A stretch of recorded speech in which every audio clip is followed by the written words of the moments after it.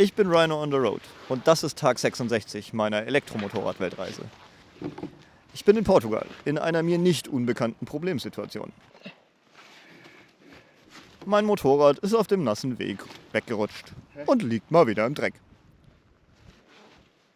Warum ist das wieder so schwer? Ich hatte das letzte Mal schon festgestellt, dass das Motorrad selbst ohne Gepäck schwerer ist als das, was ich von Südamerika gewohnt bin. Letztes Mal habe ich es trotzdem recht gut wieder hinbekommen. Aber dieses Mal will es einfach nicht.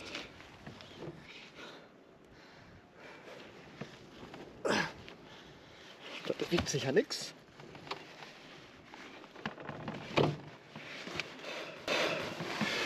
Fuck. Wie soll ich das mit all den Koffern schaffen?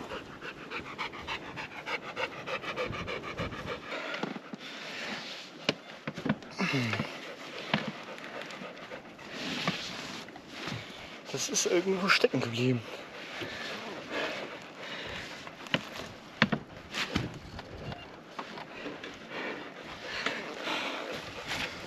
Tonight I'm going on a road trip, I'm packing my bags, I feel so good. Jetzt bin ich 31 und habe meinen ersten Zahn verloren.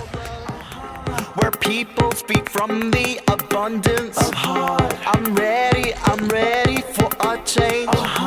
I'm packing my bag cause it's no game. Natürlich habe ich mich mit dem Datum vertauscht und der Termin, den ich angemeldet habe, wäre erst nächste Woche gewesen. On the road to love, I saw a rhino. It would not get up, so I hugged the Wasn't enough to go, wasn't enough to go.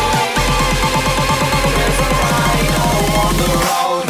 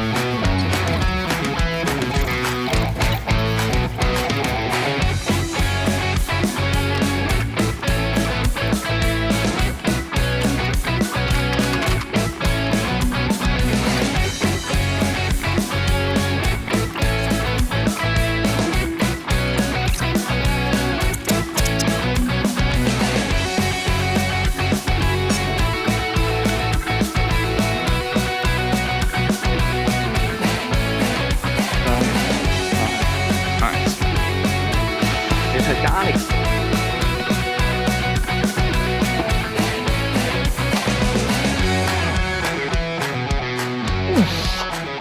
Das ist scheiße für den Rücken, Alter.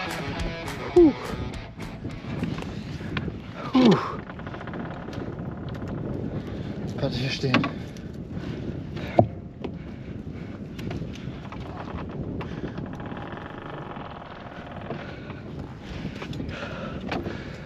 Okay. Wir stehen wieder. Was eine Tortur, ey. Und das noch nicht mal halb beladen. Da sind keine Solarzellen drin. Paar Kratzer, aber sieht okay aus. Vorsichtiger fahren. Vielleicht eine Lösung.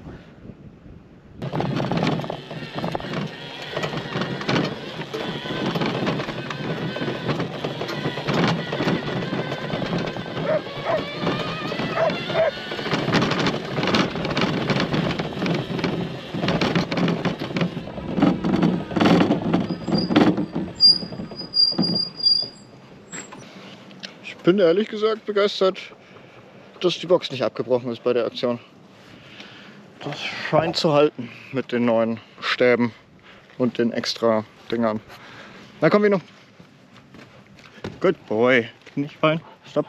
Noch eins. Noch eins weiter. Good boy. Uah. Lecker.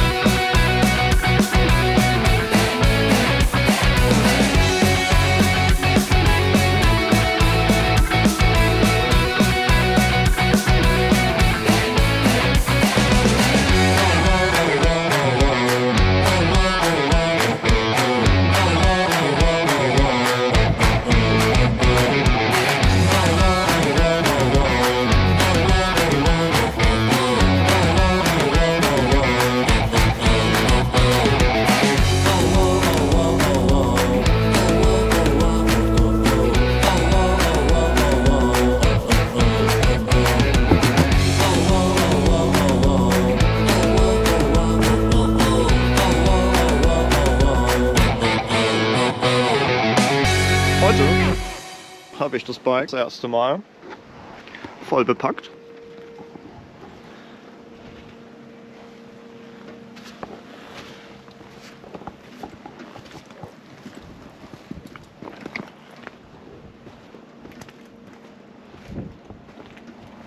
Ich bin auch schon sehr gespannt, wie sich das Motorrad dann auch mit voller Ladung fahren lässt.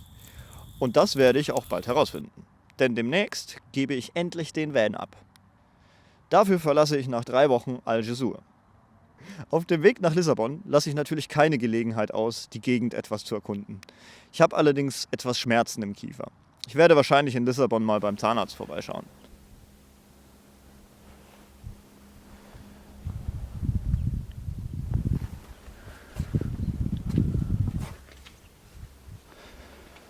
Ich bin jetzt aufgebrochen von Essentia, nachdem ich die Nachricht bekommen habe, dass meine E-Residency Card von Estland jetzt in Lissabon angekommen ist. In Lissabon werde ich auch einen Freund treffen, der dann den tollen Bus wieder nach Deutschland fahren wird, weil ich ihn hier leider nicht sinnvoll verkaufen kann. Die Einfuhrsteuer ist einfach doch zu teuer, es lohnt sich nicht. Und ich habe mich auch während der Reise mit ihm jetzt immer mehr bisschen auch verliebt und gebe ihn ungern her. Vielleicht besteht die Chance, dass ich ihn tatsächlich behalten kann und er dann seinen Sinn auch erlebt, für den ich ihn eigentlich gekauft habe, dass ich, wenn ich mal in Deutschland bin, dort eine Wohnung habe und ein Fahrzeug, was einfach sehr praktisch ist. Und ja, jetzt geht es eben erstmal nach Lissabon, wo ich dann den Bus abgebe und dann tatsächlich aufs Motorrad umsteige. Ich glaube es noch gar nicht, aber in ein paar Tagen ist es endlich soweit. Und das Gute ist, tatsächlich spielt auch das Wetter ganz gut mit. Das freut mich. Es ist zwar recht kalt noch in der Nacht, aber das geht. So kann man dann schon überleben. Bleibt dran.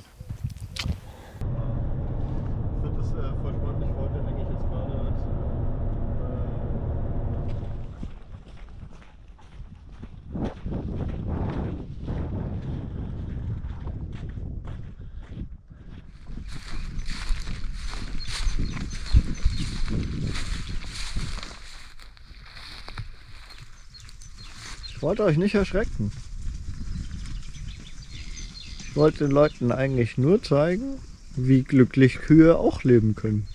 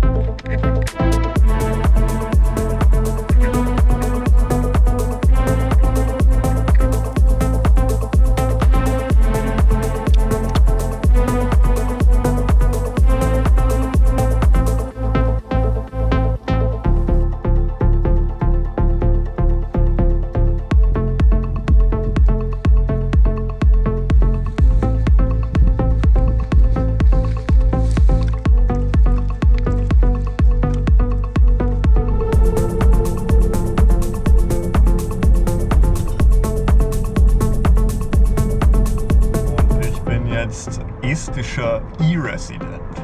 Heute Morgen habe ich die Mail bekommen, dass meine E-Residency Card in der Botschaft in Lissabon angekommen ist. Also habe ich mich auf den Weg gemacht. Morgens dran gedacht, hey, warte mal, so Botschaften, da stiefelt man eigentlich nicht einfach so rein, da braucht man meistens einen Termin.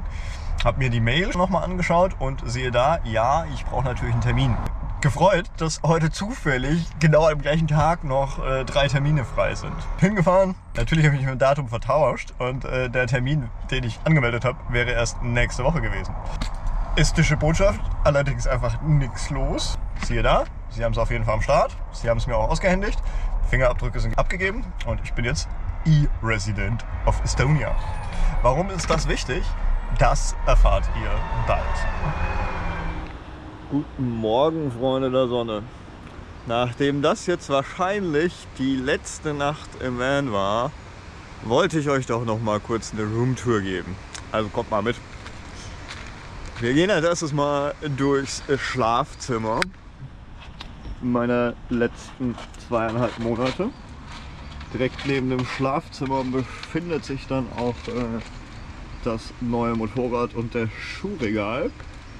Und dann gehen wir einmal durch das Schlafzimmer durch. Da haben wir einmal den Kleiderschrank, dann die Box für die Electronics, dann einmal die ausgepackten Electronics mit Büro.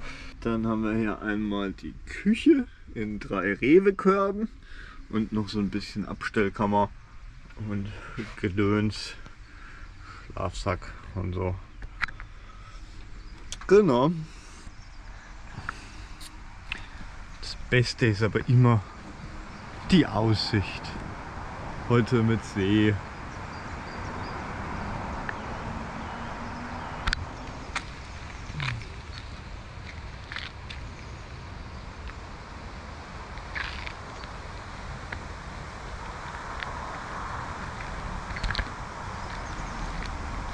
Es war deshalb die letzte Nacht im Van, weil wir die nächsten Tage in einem Naturbauernhof unterkommen werden. Nach ein paar Tagen dort werde ich den Van einem Bekannten übergeben, der ihn dann zurück nach Deutschland fährt. Nach knapp einer Woche auf dem Hof wird es dann endlich per Motorrad losgehen. Der Bauernhof ist ein sehr interessanter Ort. Das ist im Prinzip eine Baumschule für klimawandelresistente Aufforstung. Und das ist mein Zimmer. Gut zu erkennen am Chaos.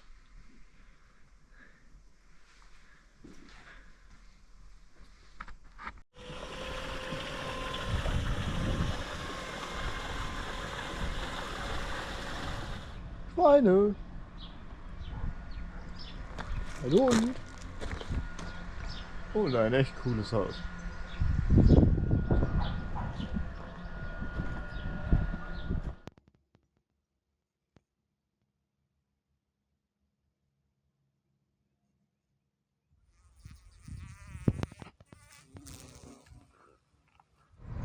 Also, dass das Motorrad, das ich jetzt habe, komische Reifengrößen hat, das sieht man direkt. Aber dass es so kompliziert würde, die passenden Reifen dafür zu finden, hätte ich echt nicht gedacht. Ich bin gestern 5 Motorradgeschäfte abgefahren. Die haben alle gesagt, in den Größen haben wir nichts, können wir nicht bestellen. Und jetzt bin ich bei Norauto gelandet. Das ist vergleichbar mit ATU. Und die haben mir jetzt welche bestellt.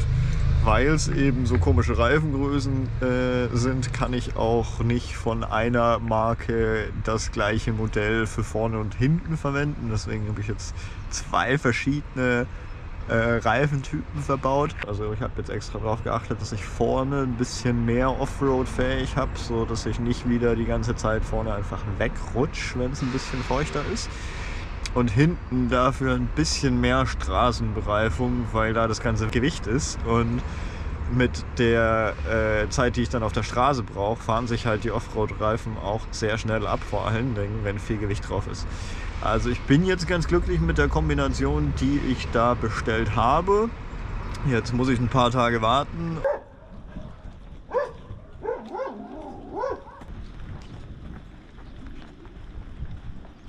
Und jetzt finde ich niemanden, der mir die Reifen wechselt. alle Motorradläden in Lissabon arbeiten nur mit ihren eigenen Reifen, die man dort bestellt. Ich werde jetzt wahrscheinlich einfach versuchen, die Räder hier aus dem Motorrad rauszubauen. Und dann mit den Rädern im Van schauen, ob ich vielleicht irgendwo eine Reifenwerkstatt finde, die mir die Reifen einfach tauschen können.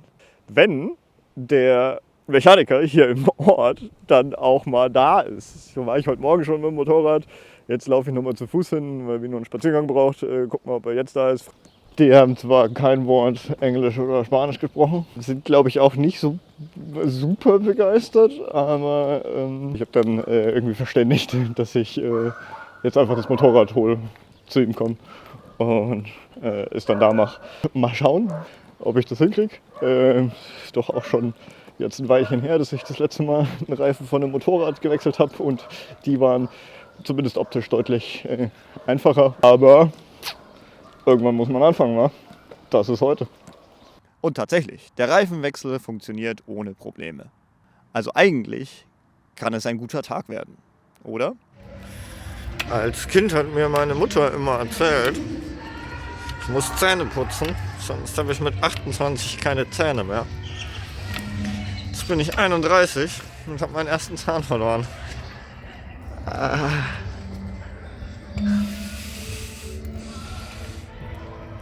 Das ist ein ganz komisches Gefühl. Beim Beißen auf eine Nuss ist mir der halbe Zahn gebrochen. Die Zahnärztin meinte dann, es wäre das Beste, ihn einfach rauszuziehen. Viel Zeit zum Erholen habe ich allerdings nicht. Nachdem die Reifen endlich gewechselt wurden, ist heute der Tag, an dem es endlich mit dem Motorrad losgehen soll. Doch als ich los möchte, wirkt Vino gar nicht begeistert. Irgendwas stimmt nicht. Komm mal her.